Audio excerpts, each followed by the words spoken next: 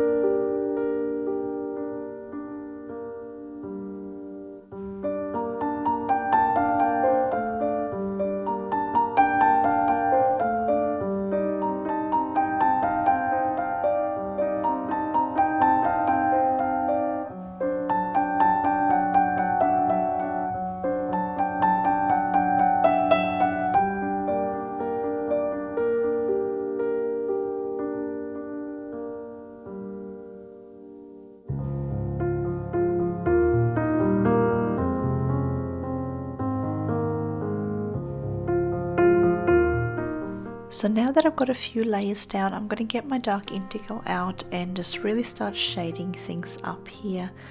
So I'm just sort of going in fairly light to start with, and I can always add in more layers as I go. I want obviously that lighter area to be slightly to the left, more so top left a little bit, and then down towards the center a little bit, and then having that right hand side of the mushroom being a little bit darker.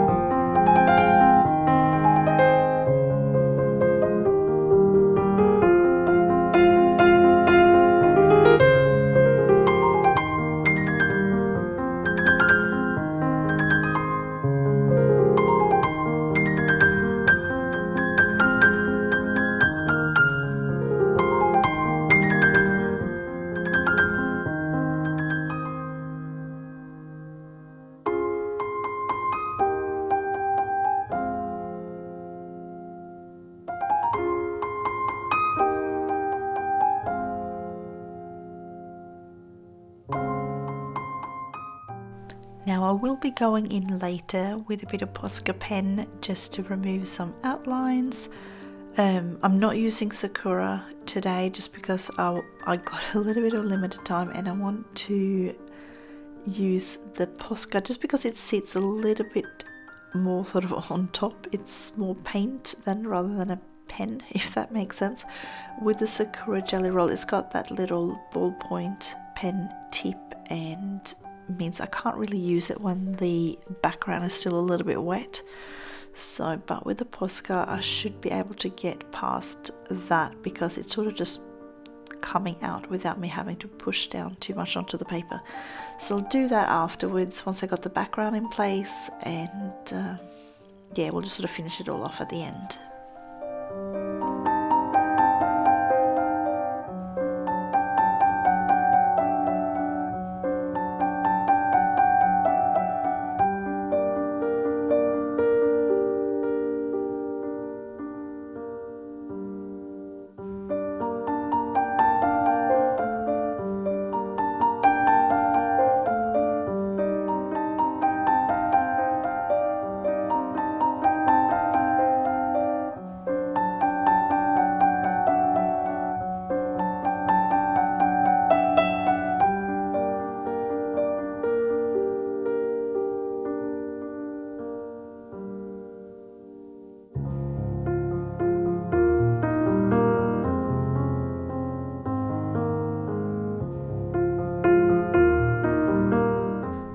hope you're enjoying my little journey through this page. If you are, I'd love it if you take the time to give this video a thumbs up.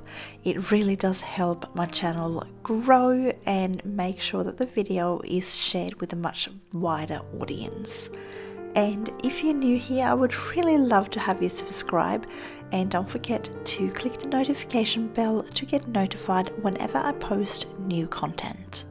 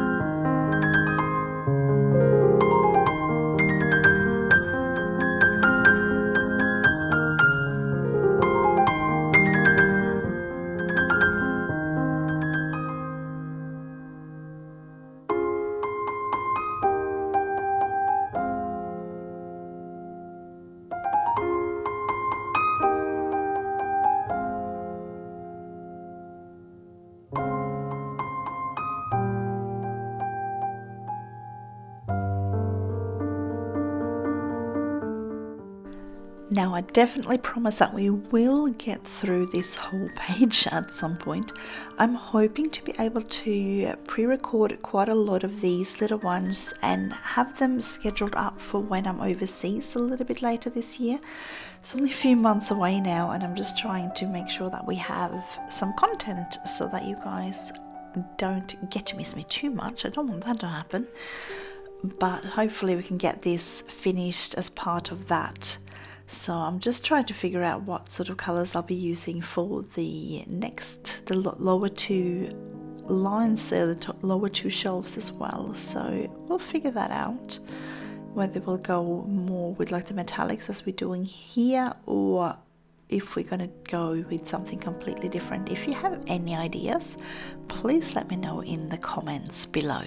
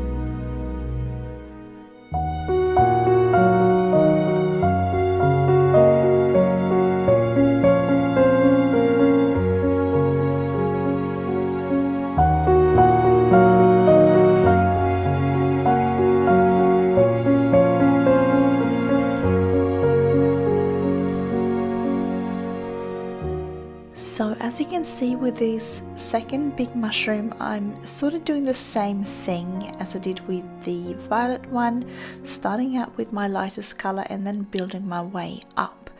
So I'll be doing all of the sort of darker blue tones as my shadows and building up my values as I go. And obviously the real difference with this will be when we go in with that Posca at the end and sort of remove some of those black outlines. And once we do that, it will really sort of make that mushroom, especially those white spots, they will look like they stand out a little bit more.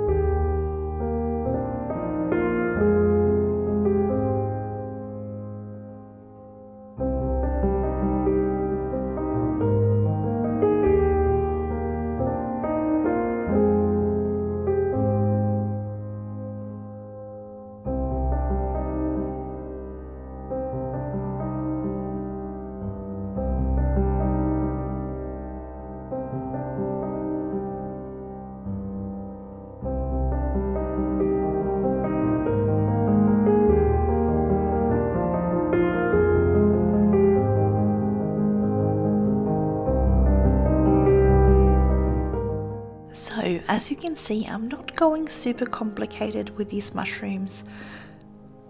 In comparison, the picture I did from Rooms of Wonder, which was the mushroom cave, was what, last month, which was much more involved and complicated. I just want this one to be nice and simple and something you can achieve in a much shorter time frame.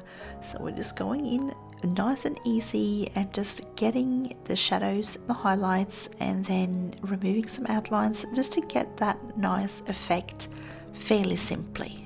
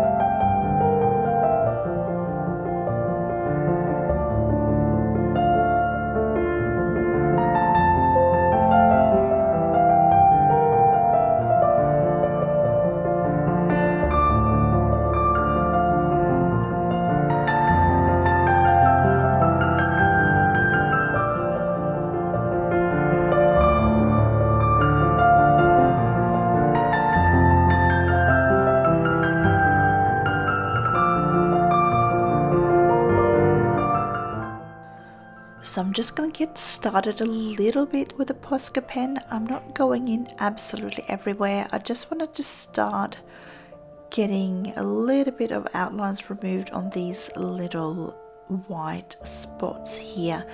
And I'm just working my way a little bit in, especially on the left hand side there, just to give it a little bit of that highlight.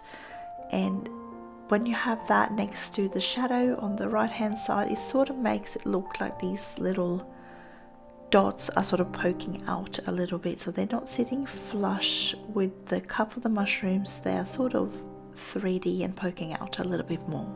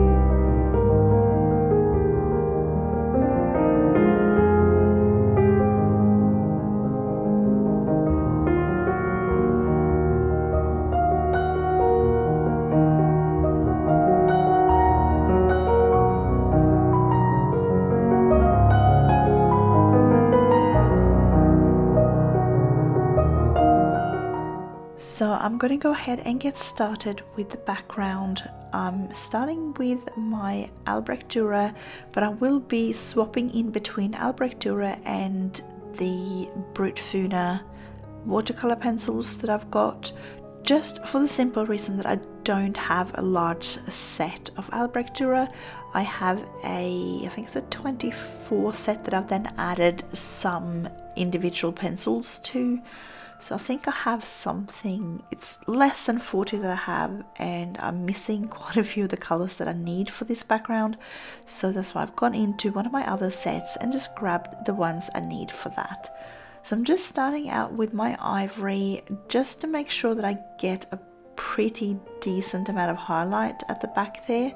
It will just help lighten out when I bring the other colors in towards the background or the area just behind the mushrooms, because I want that to be the lightest, like it's a lamp behind there that's glowing or something like that. So now I've got the Brutfuner ones, and I think these ones came in a set of, I think it was like 150. I can't remember the price of these because I was sent these a long time ago by Grabby. This isn't a sponsored post or anything like that. I just wanted to let you know that I didn't buy these pencils by myself. Just wanted to be transparent about that, but they do work really nicely.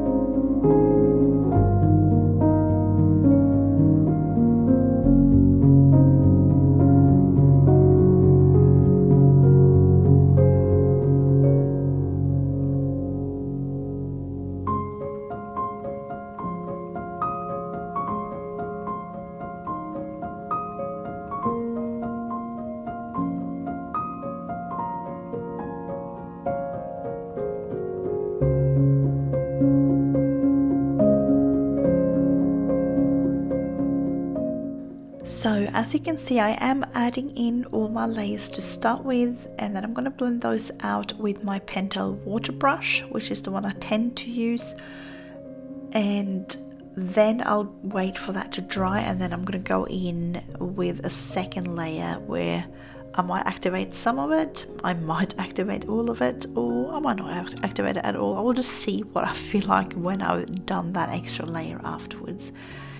That's a great thing with the watercolor pencils as well. They do reactivate if you add more water to it.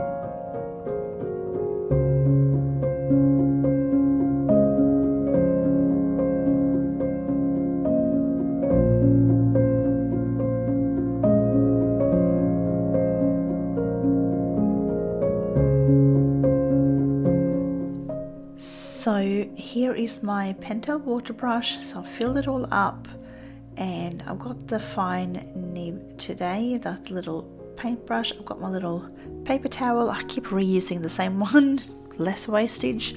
They do dry, so you can just keep reusing it until it falls apart.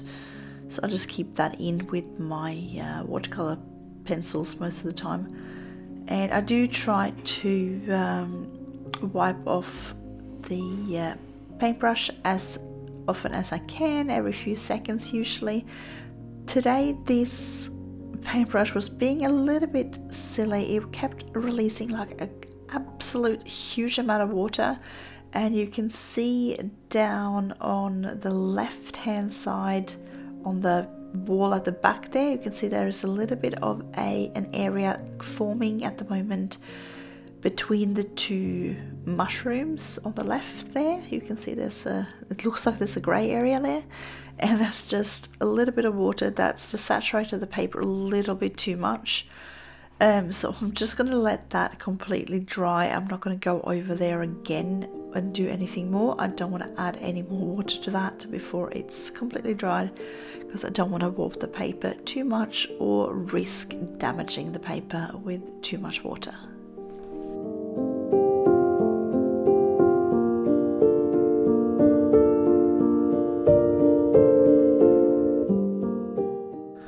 So I had my nice big fluffy dog running around, and one of her hairs managed to get stuck onto the paper there. I did try to get it loose with my fingers, but my paper was still a little bit wet and I didn't want to damage the paper anymore. So I did end up just let it dry just a tiny little bit, and then I went in with a dry paintbrush and I just sort of lifted it gently off. So if that ever happens to you, that's how you can fix that.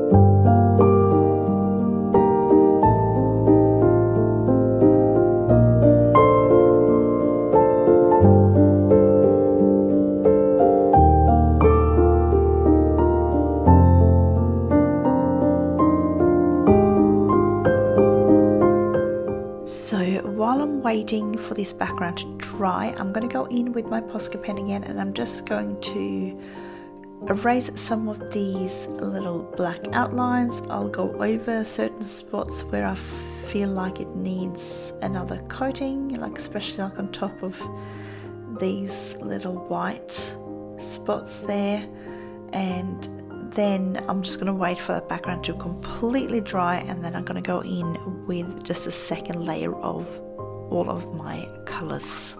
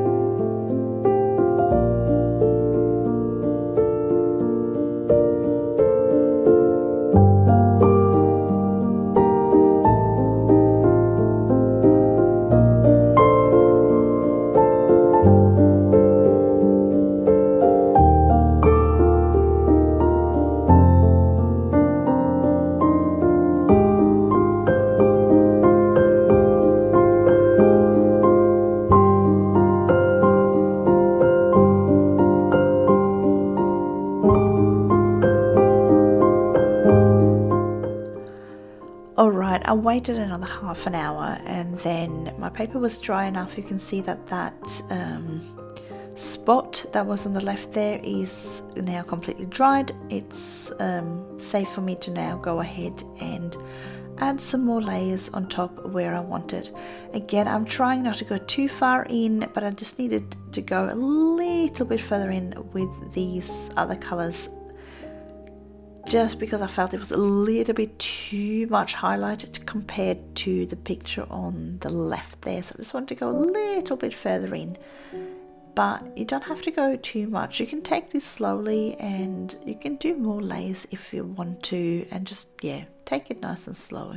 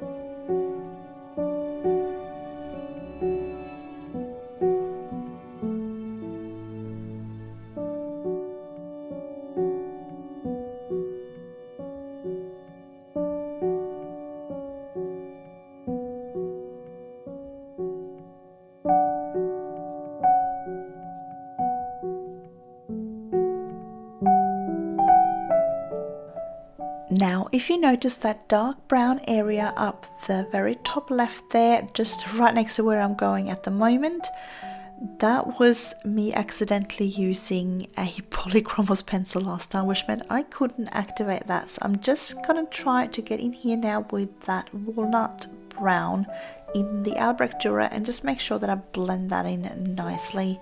So we'll see if I activate it or not. It's at the moment, it seems like it's blended in fairly good actually. So we'll see when I bring my paint, my little water brush back in again to see how far in I go with that water.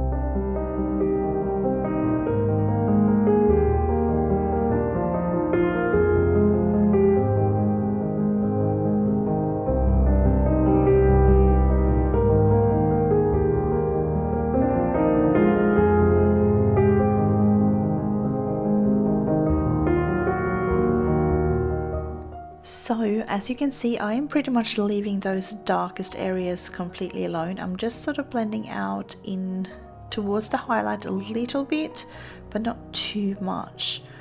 If you want, you can of course go in and blend further up, but you may find that you might need to add a little bit more color again afterwards if it's watered it out too much and sort of faded out the color a little bit or reduced down your values.